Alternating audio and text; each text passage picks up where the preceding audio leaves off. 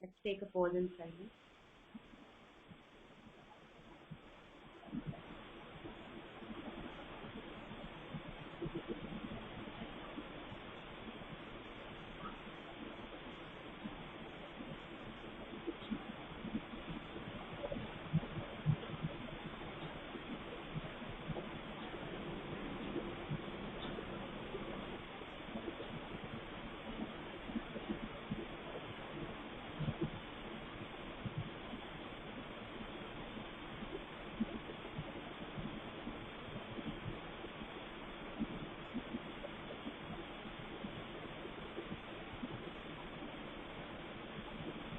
So it's a very delight and pleasure today to introduce James. I think all of us know by this time James very well, who organizes beautiful workshops through Namaha.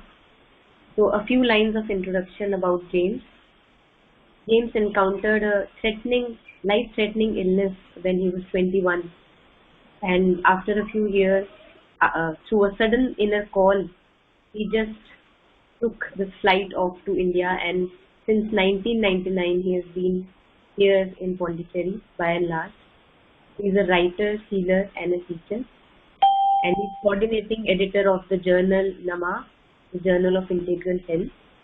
Recently he published a book based on his experiences, A Torch and Light. So those of us who are interested, they can look it up and also buy a copy. And according to James, his purpose in life is simply to radiate love, truth and harmony. And I think we see that happening, and we see the presence of that love, harmony and truth whenever James is there.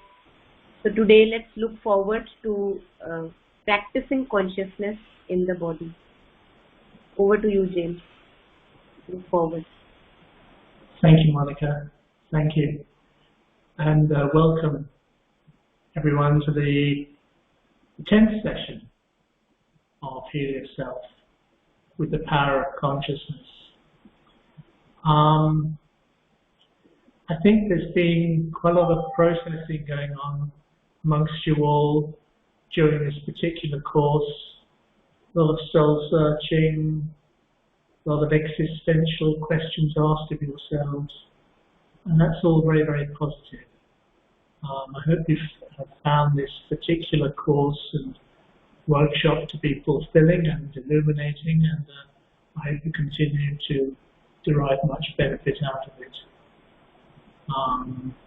It certainly gives us a great deal of joy to put together these events, and this one has been extra special, and extra special to have you all as well participating so beautifully and so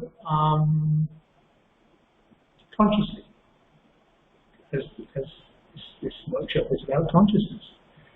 Now, today I'm going to look at working with the body, with the power of consciousness.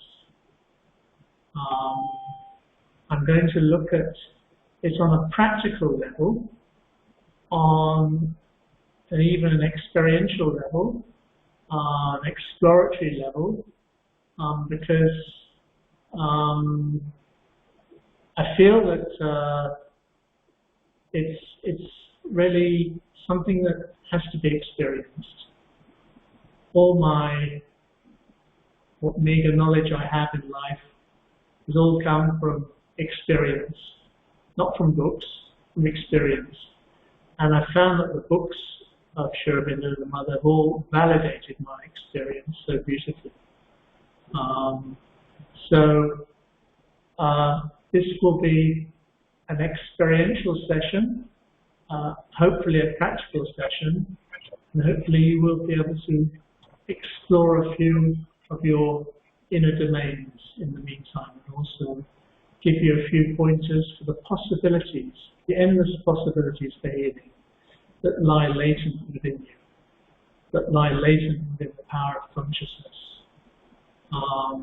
It's really quite extraordinary, really, because I'm going to work with the body, but the body is not the only receptacle of this particular illumination or this particular immersion, because the rest of the being benefits. I'll explain why a bit later, but it's the rest of the being that benefits from this particular use of the body as a channel. And I'll explain a little bit about that later on. Now, I'm very much into practice. A lot of my talks and virtually all my articles and my book as well is all about practice. And practice for me is something that's very, very special. It's something for me that really doesn't involve doing that much. It's more a question of being. Practice for me is something that is done with consciousness. Anything that's done with consciousness, whether you're working, whether you're sleeping, whether you're eating, even when you're talking, of course when you're meditating as well, concentrating, as long as it's done with consciousness, is practice. Practice is the art of living consciously. And the whole essence of practice is to basically express to the other parts of your being what lies inside, you. Now, practice begins from a very significant moment. And that particular moment is when you decide, when you make a firm commitment to turn the orientation of your consciousness or of your awareness inside, away from the surface consciousness, and inside.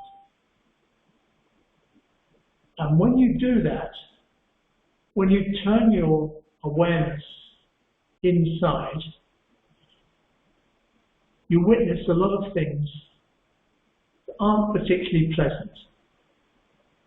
You witness a lot of things which are conflicting with one another.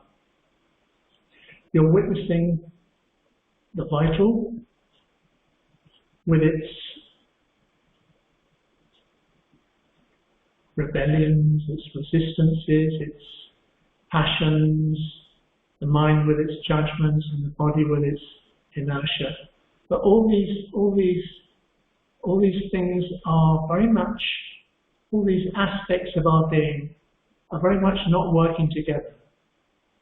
There's no harmony. There is no union. There is no integration. So, what gradually develops inside of you is an ability to be aware of what is going on inside you. It's a very important step, fundamentally important step. When you're aware of what's going on inside you, it's called the witness consciousness. When you're aware, you're actually not getting involved at all. You're just witnessing. You're not interacting. You're not trying to change anything. And you're not actually doing anything other than being a passive observer of what's going on. And what changes this awareness into the more dynamic poise of consciousness is the power of identification. Mother says the consciousness is the faculty of being aware of anything through identification. Identification. And we can experiment with that when our nascent consciousness is starting to develop. We can start to rotate it around different parts of our being. We can familiarize ourselves with the movements, how we can move our consciousness from one part of our being to another, from the body to the vital, to the mind, and of course the soul. Now, when we do that, we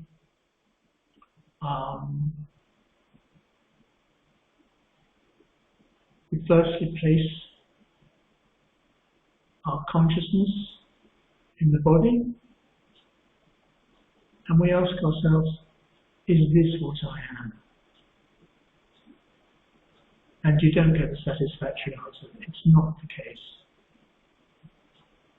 Then you look at the vital, and you ask the same question. Is this what I am? Please tell me. And it's negative. And then we ask the question to the mind, is this what I am? And it's negative again. And finally, with the identification placed within the soul, or the psychic being, the very truth of our being, very essence of our being, we find out what we are. We are one. We are one. And we are immortal. We are divine.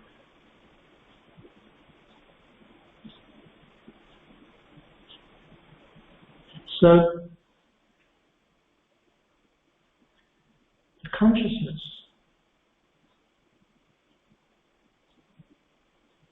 is the fundamental instrument behind all change. It's like the torchlight that carries such a flame, and also it exhibits knowledge. It exhibits Shakti with what it touches. I think it was Manoj Parvisan that says that consciousness is Chit and consciousness is Shakti at the same time. The two are aligned. Consciousness goes with force. Yes? So we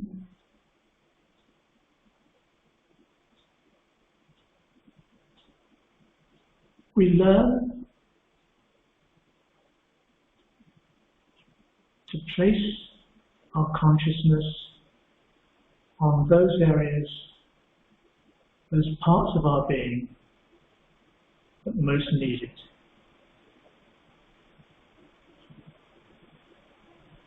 And the consciousness is something that we can work with always. It's there to work with. It's there for us to work with.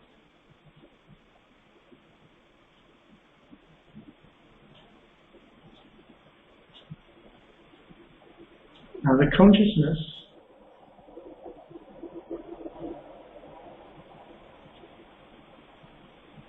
is something that we can use to change our nature. The consciousness is something we can use to heal our nature. The consciousness is something that is with us all the time. Now,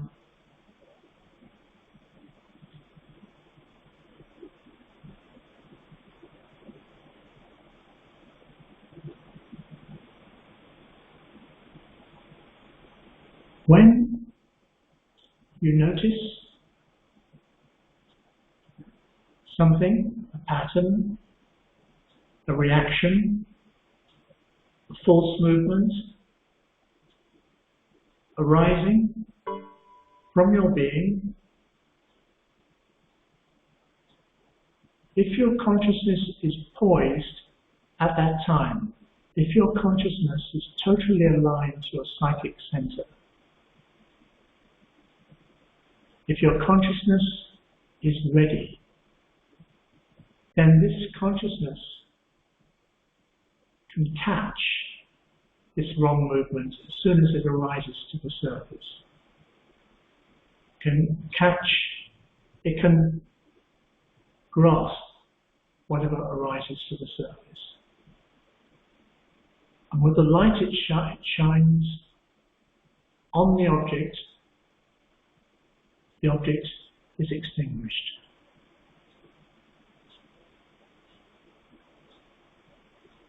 Now, I understand from one of the good gentlemen on the group that he says he suffers from various diseases, and he feels that the problem, the underlying cause of his disease is suppressed anger. I really resonated with this because we all have to deal with anger ourselves. And he was looking for possible solutions to deal with this suppressed anger. And I would only say that basically, if you're conscious of this anger that's lying inside you, and if you're waiting vigilantly for any outbreaks or triggers that may arise,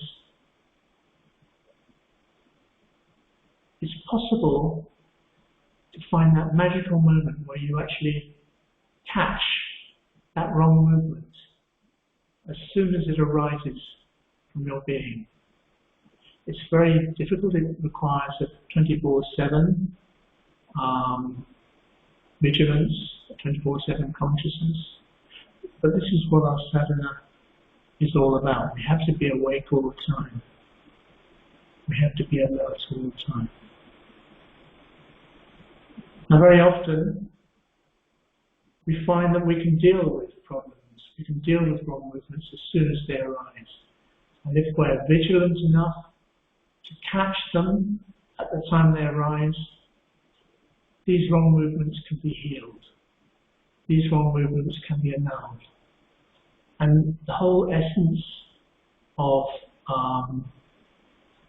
maintaining your health, as everyone has confirmed, is to maintain equilibrium over your entire being. Equilibrium. And anything that disturbs that equilibrium has to be annulled, has to be dissolved. So if our consciousness is awake all the time, we can catch these signals, we can catch these trigger points as soon as they arise, as soon as they come to the surface. Now, the reason we work with the body as well on this is because very many of our patterns, very many of our memories, very many of our associations, our false movements lie buried. They lie buried inside. They lie basically dormant, ready to spring up when we least expect it. So this is why we work with the body, because the body is the container, is the vessel for all these movements, for all these patterns, for all these associations. So basically, we have to work with the body.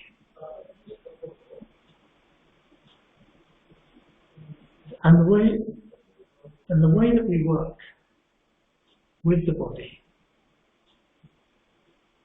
is to use the power of observation, conscious observation, throughout the totality of the body, from top to bottom. We go from top to bottom, and we just look, we just inquire, we just look and see what's there. We don't judge, we don't try and change anything. We let the consciousness do its work. So perhaps we can do this now, okay? So I'll ask you all to close your eyes and get in a very relaxed state.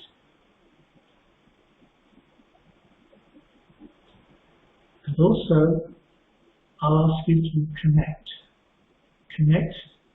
through your psychic being with the Divine Mother, with the Divine.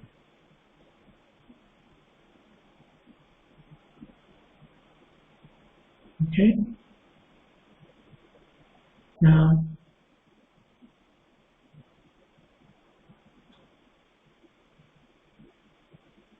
I'd like you now to look above the top of your head, and just see what is there. See if you can sense or see or feel anything above the top of your head.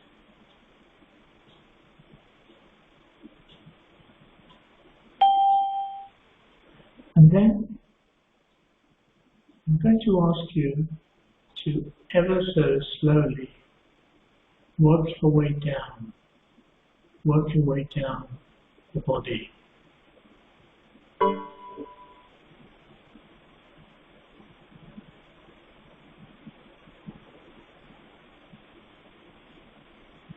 Look at the top of your head, your forehead, and behind it your brain. What do you see there? What do you see there?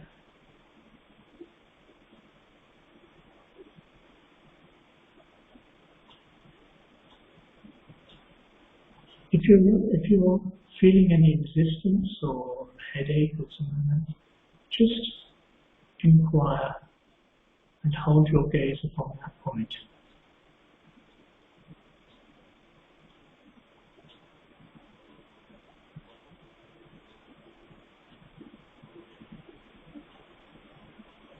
What you're doing is building a psychic connection with the rest of your being. You're building a soul connection with all the parts of your being. But at the same time, you're conscious also of a descending force, which is going from above your head and working towards going down, right down to your feet. This force is the force of transformation. And just observe it as you go down the body. Just observe how it flows. If there's any interruptions, just observe this force as you slowly work down the body.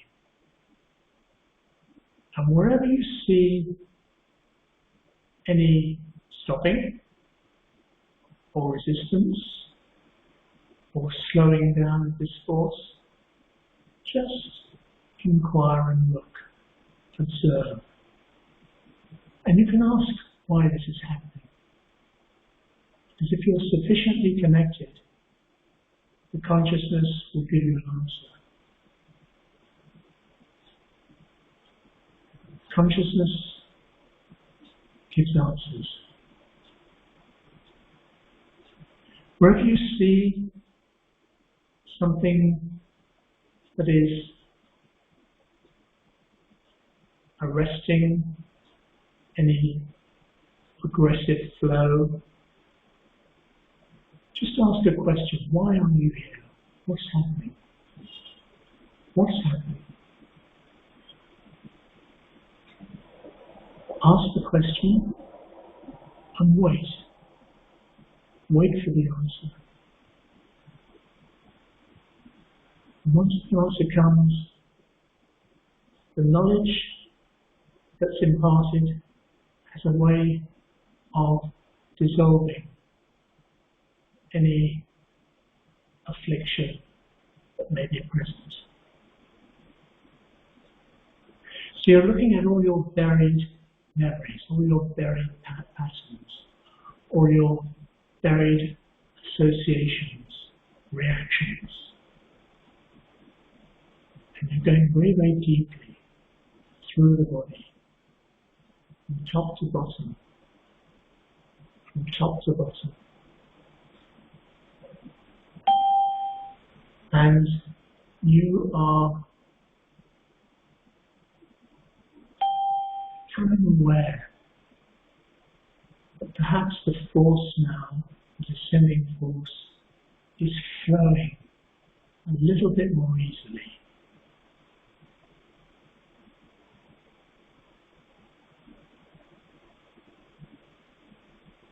The possibilities are endless with this work. It's not good to have expectation, but the possibilities are limitless when you're working with the consciousness. So it's not good to inflict any parameters on what you're doing. Just be open. Leave the results to the mind and let it do the work. Allow them to do the work. So you're going through the chest,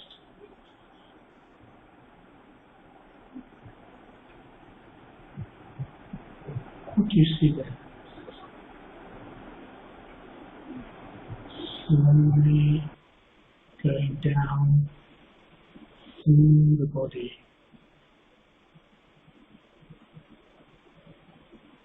A deep, deep state of connection. Deep, deep state of growing fulfillment.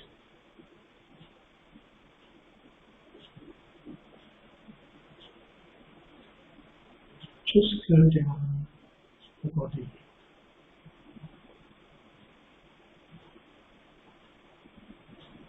Very slowly. Because the body is like an inner map. A map of your inner psychology. It's such a beautiful channel to work with. Because the body possesses much more goodwill than either the vital or the mind.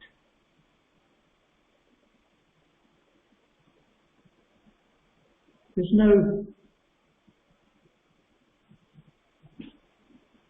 animosity with the body. It just does what it can do.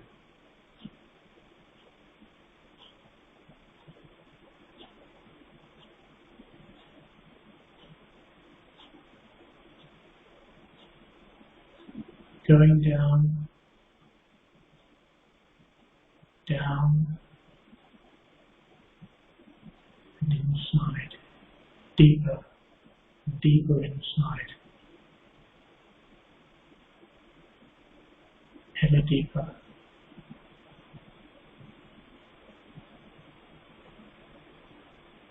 Just see what is there.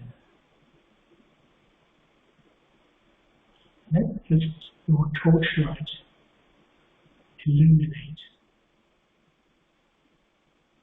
everything that's shown.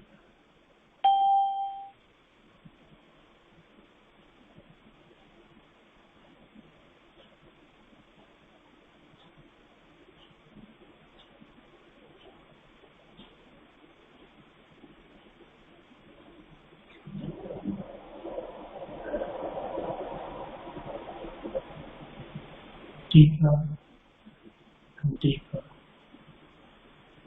going down and down. Where you encounter resistance, just let it be. Let the consciousness shine on it, and just let it be, and see what happens. This is very profound work.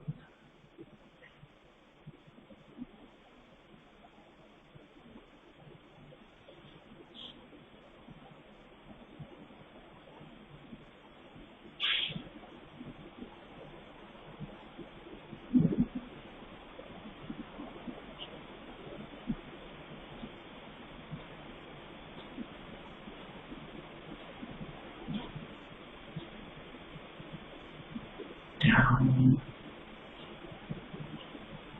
and inside. What do you see? All those hidden corners. Let the torchlight shine on all these dark spaces. Let it shine throughout your whole being. And you're conscious of the whole. You're conscious of the integrality. And yet at the same time you're looking at everything in detail.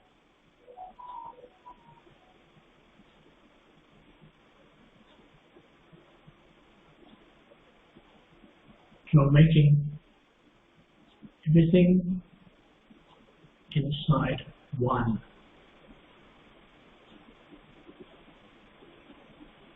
You are harmonizing and integrating your nature.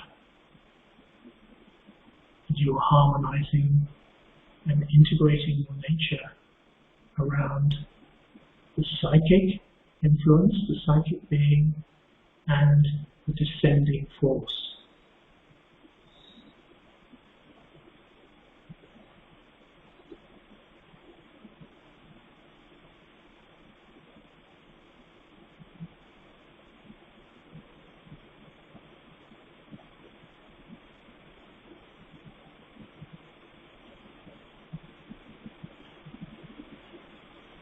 So go down through the stomach very slowly. What do you see?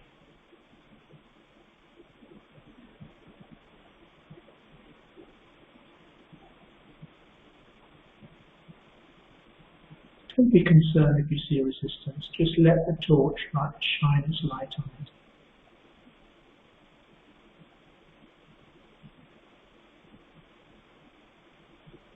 Don't judge. Just let it be. And slowly, all the parts of your body, all the parts of your being, which are being represented by your body, are opening, like the petals of a flower, opening to the light that's shining from above and radiating from within.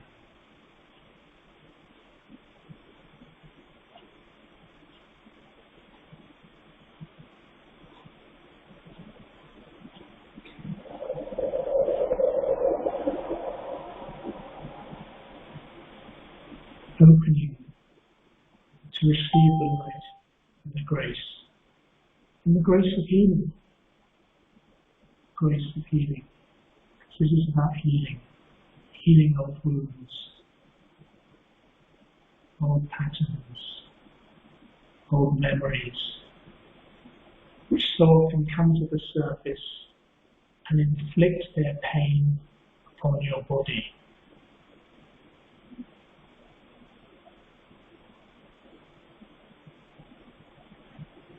It even works on suppressed anger.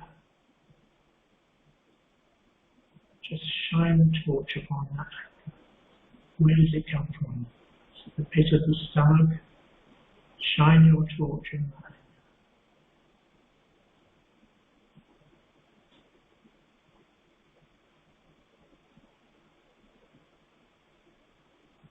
see what happens.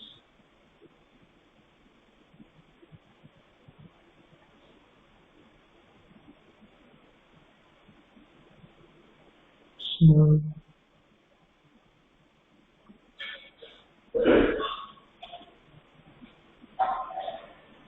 Carry on working down the body. And are you witnessing, are you seeing an uninterrupted flow from the top of your head down your legs,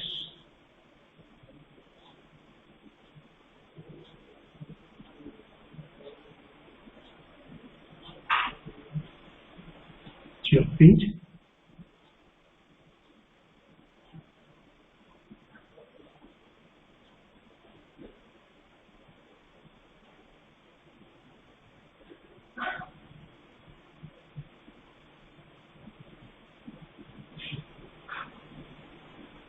Let this descending force transform you. Open to the power of transformation and open to the power of integration.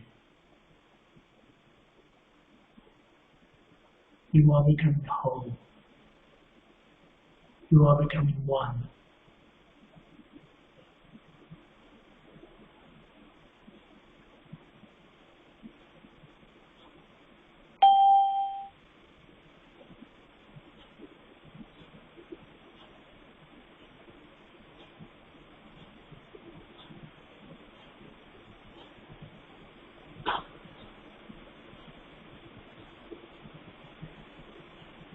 Going down the legs,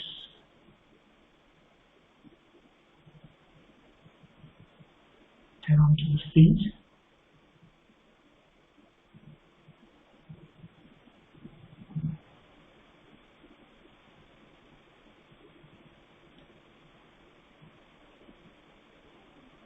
spend time at the feet. They're very important. Grounding.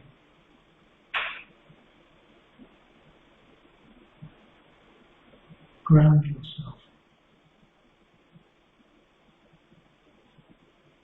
Be in your body. Be in your body. Feel the change in your body. And feel the change in your being.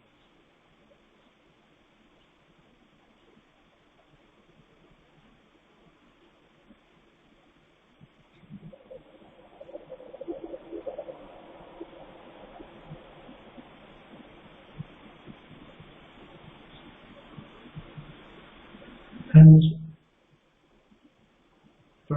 quite soon, I'm going to ask you to open your eyes, not just yet. Just want to say something. This is quite an important moment. Is that when you open your eyes, don't do it suddenly, do it gradually, and do it in such a way that the progression, the process carries on in a seamless, totally efficient and coordinated way as you open the eyes. Because I want you to maintain this poise. I want you to maintain this healing when you are operating from the outer consciousness. Because somehow there has to be a bridge between the outer and the inner.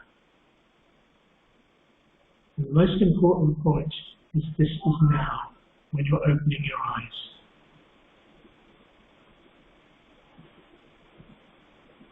So be very conscious when you open your eyes. And you can look around the room when you open your eyes. But keep your connection. So you can open your eyes.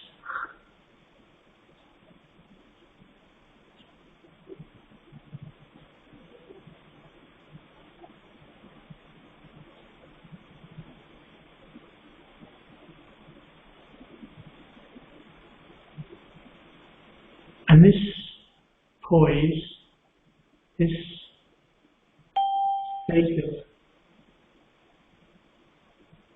radiation from our consciousness can be present all the time. Obviously, it's more concentrated, particularly in the initial phases when one sits down like this and does practice in a formal way. But the whole idea is to maintain this consciousness, maintain this connection all the time, and maintain this attention on all the integrality of your being.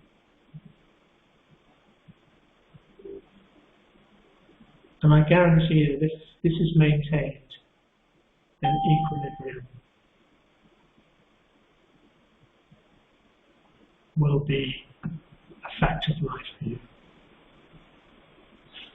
You will be in equilibrium. Far more than that, you will be in a state of supreme felicity.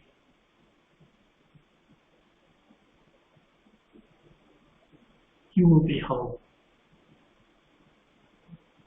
And I pray that you will find wholeness and integrality. Okay, so I guess I don't know if you want to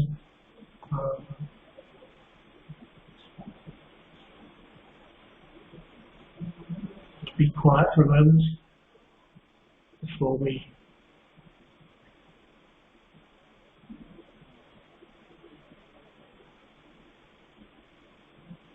address any questions.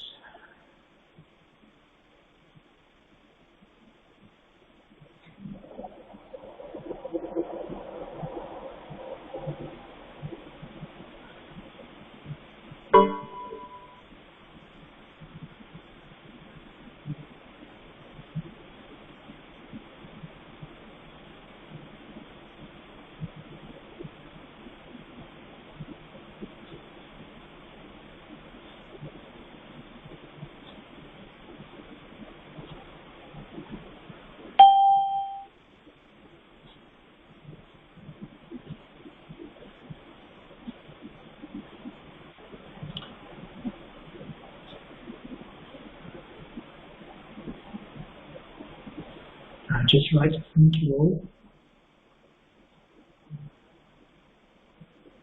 for being so present.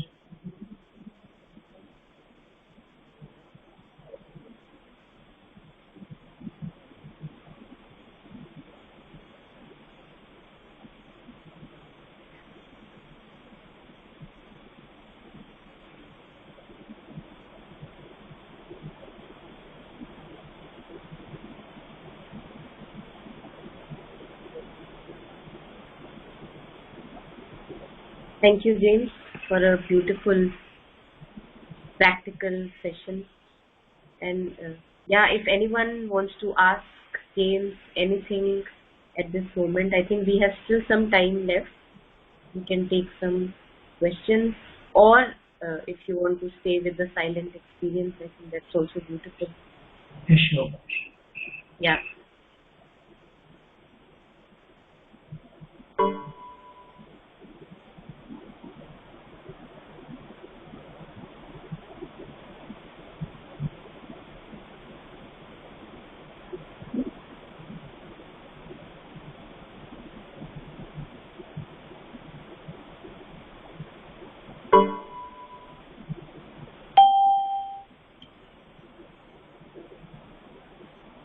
Shreya, you experience mild heaviness in the chest.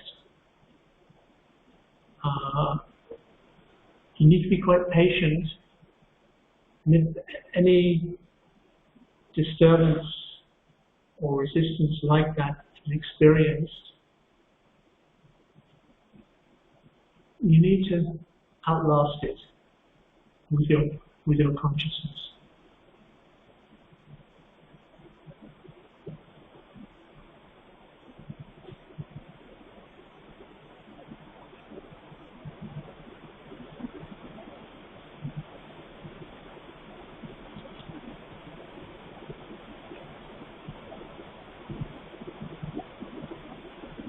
How to deal with unpleasant thoughts and past pain coming up. Yes, Rashmi.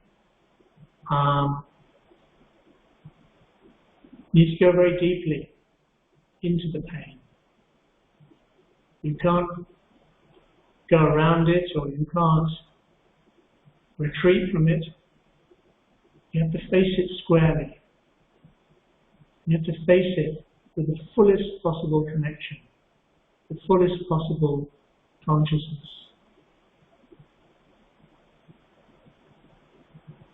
You have to be conscious of where it is, where it's emanating from.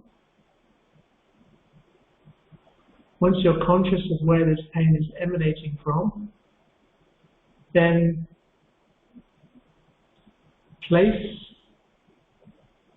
the light and the force of the consciousness upon that point. Don't press, don't be impatient, just place it on that point. Be very patient and see what happens.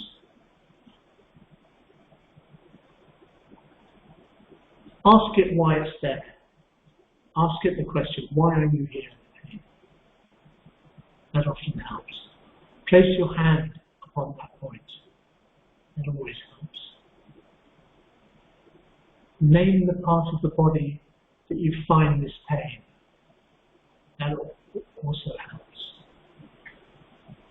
Once you're conscious of the locality, once you're conscious of the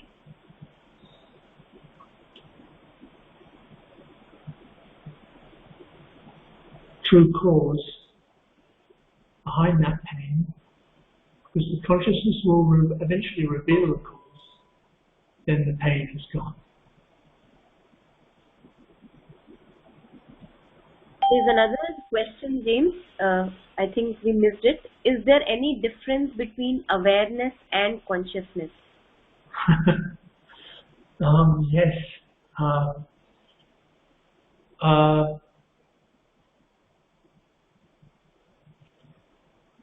There is.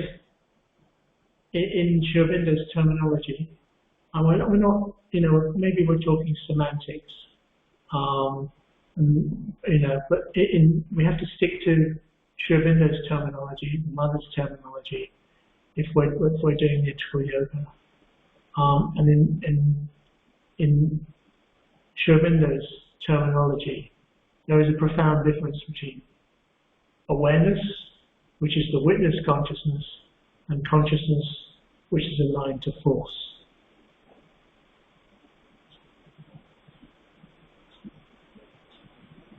The consciousness, the mother says, not only knows, but it also affects.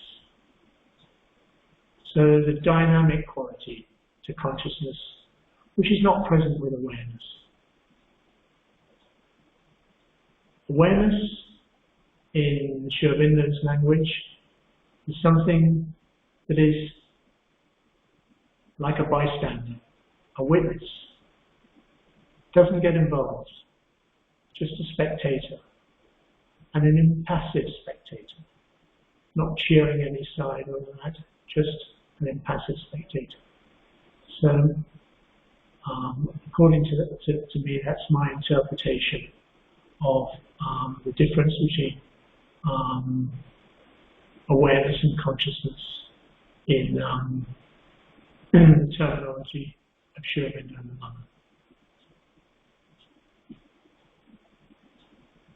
There's another question here, I don't know, Vigneshwar is asking, I felt heaviness in stomach area. Could it be due to stomach? It's possible. It's possible. You just have to ask. You have to ask the question. If you think if it's like a mental projection of its tamas, then it's not the essence of what you're trying to seek. You need to place the light and the force of the consciousness upon the point that you're witnessing it, observing it, And you can even ask it the question, are you tamas? Are you tamas? What are you? Why are you here? And if you receive an answer, you can say it out loud, like an affirmation.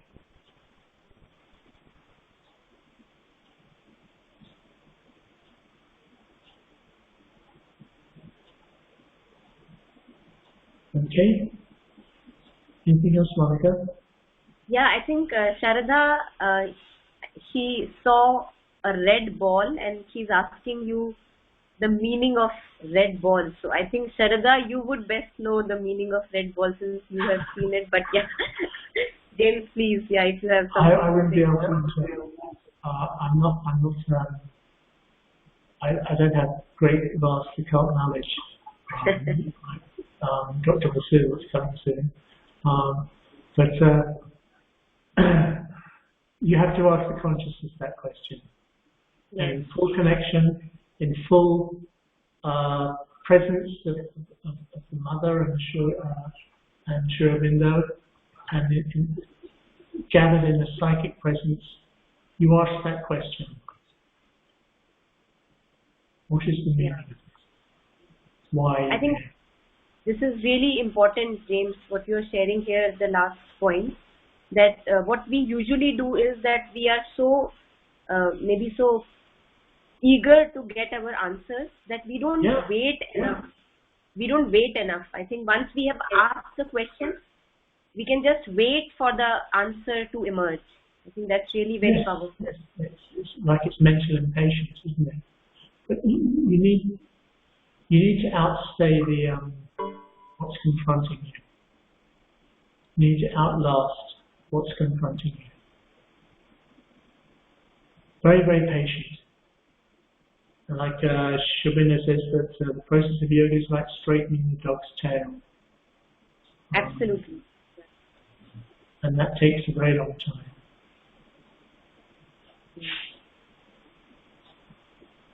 I think really a lot of experiments I think here we can do on the path of integral yoga. Just kind of throwing away the question, asking the question to the higher intelligence, to the divine. Yes, and yes. Very say it out loud. Yeah. It often helps to say it out loud. If you're on your own, say the word out loud. And obviously if you're looking at the part of the body that's affected, name the part of the body that is causing the disturbance. And very often the problem passes. And what you're doing is you're going through many, many layers. Sometimes you have to go through many, many layers. You solve you provide one solution, and then another problem comes up from inside. Many, many layers that you have to go through to find the true cause behind everything. Because it will come. I think that's what Mother says, that if we really are adventurers in our spirit, this inner adventure is very absorbing, looking at your own movement, waiting for the answers to emerge, and going to the depths of our being. It's wonderful. It's really wonderful. Yeah. Mind-boggling. And no limits. Don't set any limits. And don't place any expectations. Just leave it all in our hands.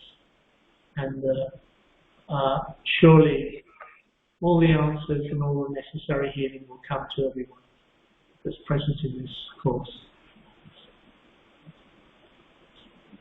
Yes. Beautiful. So anyone else? Anything more to ask or share?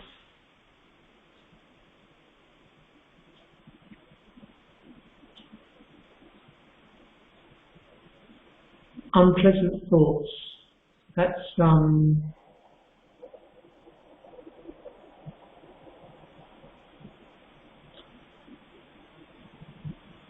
you have to be very objective about when you're seeing unpleasant thoughts. You need to be very, very connected when you're dealing with unpleasant thoughts. Even they will pass. They'll do more than pass, they will dissolve when the light is shown upon them.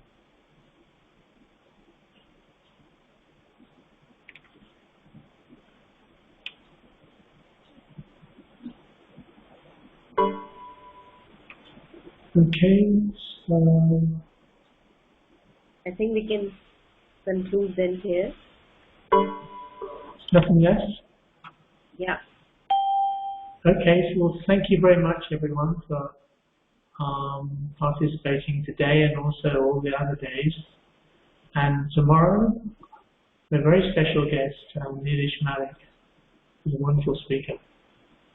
He has his own unique style. He speaks in a very compact way, so we'll enjoy that.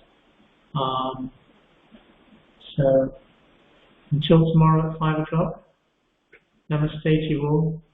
Thank you, Jay. Thank you so much. Yeah. Thank you, Monica. Bye-bye. And thank you for standing in. Most welcome. A pleasure. Thank you. Bye-bye. Bye, everyone.